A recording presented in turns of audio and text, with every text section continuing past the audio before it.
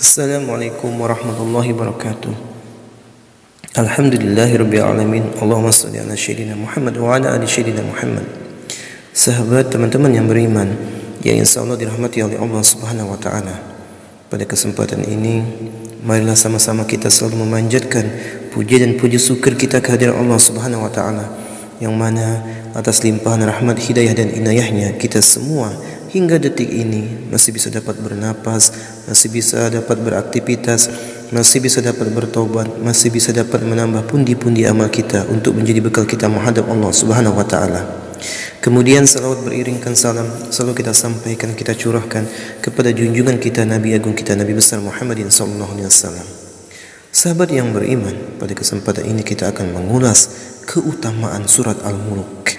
Salah satunya dilindungi dari siksa kubur. Surat Al-Mulk adalah surat ke-67 di dalam Al-Quran. Surat ini terdiri dari 30 ayat dan diturunkan kepada Nabi Muhammad SAW di Mekah. Maka dari itu surat ini tergolong sebagai surat Makkiyah. Ada sejumlah keutamaan dari surat Al-Mulk. Salah satunya adalah dilindungi dari siksa kubur.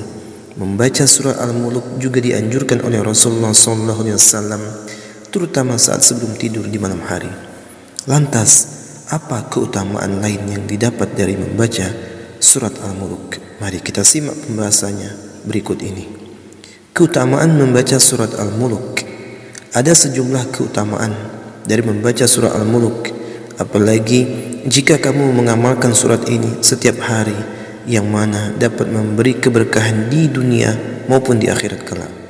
Mengutip dari berbagai sumber keutamaan surat Al-Mulk, yang pertama, memberi syafaat di akhirat nanti.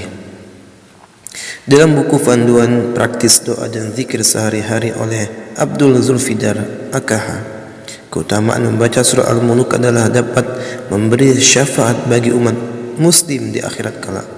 Hal tersebut dijelaskan dalam hadis riwayat Tirmizi yang berbunyi, yang artinya, telah menceritakan kepada kami Muhammad bin Bashashar, telah menceritakan pada kami Muhammad bin Ja'far, telah menceritakan kepada kami Syu'bah dari Qatadah, dari Abbas al-Jusyami, dari Abu Hurairah, dari Nabi SAW. Beliau bersabda, ada suatu surat dari Al-Quran yang terdiri dari 30 ayat dan dapat memberi syafaat bagi yang membacanya sampai dia diampuni, yaitu Tabarakalladzi biyadihil mulku, surat Al-Mulk, hadis riwayat Tirmizi.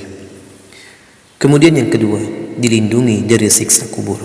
Siksa kubur selalu menanti manusia yang tidak taat pada ajaran Allah Subhanahu wa taala ketika masih hidup di dunia, agar selamat dari siksa kubur.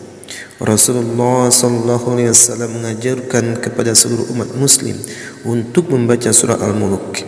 Dalam buku tafsir Ibnu Katsir karya Mahir Ahmad As-Syufi, hal tersebut dijelaskan dalam sebuah hadis yang diriwayatkan oleh An-Nasa'i, yang artinya Abdullah bin Mas'ud berkata, Rasulullah SAW bersabda, siapa saja yang membaca surah Al-Mulk setiap malam, Allah akan melindunginya dari siksa kubur. Hadis riwayat An-Nasa'i.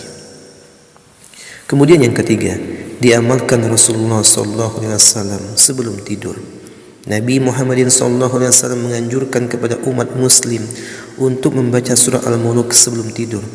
Hal ini telah dijelaskan dalam sebuah hadis sebagai berikut, yang artinya, Jabir berkata, Nabi biasa tidak tidur sehingga membaca surat As-Sajdah dan Al-Mulk terlebih dahulu. Hadis riwayat At-Tirmizi, An-Nasa'i, Ahmad dan Al-Hakim. Kemudian yang keempat, diampuni dosa-dosanya. Dalam suatu hadis yang diriwayatkan oleh Abu Dawud dan Tirmizi, Rasulullah SAW bersabda bahwa membaca surah Al-Mulk dapat memberikan syafaat kepada umat muslim sampai ia diampuni dari dosa-dosanya. Yang artinya, Abu Hurairah berkata kepada Rasulullah SAW bersabda, di antara Al-Quran ada satu surah yang berisi 30 ayat yang dapat memberi syafaat kepada seseorang sampai ia diampuni, yaitu surah Al-Mulk. Hadis riwayat Abu Dawud dan Tirmizi. Itulah tadi sahabat semua manfaat surah Al-Mulk. Banyak sekali manfaatnya, mulai dari dijauhkan dari siksa kubur, mendapat syafaat, diampuni dosa-dosanya, serta masih banyak manfaat-manfaat lain apabila kita sering mengamalkan membaca surah Al-Mulk. Mudah-mudahan kita semua dimudahkan oleh Allah Subhanahu wa taala untuk membaca surah Al-Mulk setiap harinya sampai kita meninggal. Mudah-mudahan kita semua dalam keadaan husnul khotimah pada saat dipanggil oleh Allah Subhanahu wa taala. Amin amin ya rabbal alamin. Itulah tadi sahabat, mudah-mudahan bermanfaat. Kalau ada kata-kata yang salah mohon dimaafkan, kebenaran hanya Allah Subhanahu wa taala. Saya akhiri, wassalamualaikum.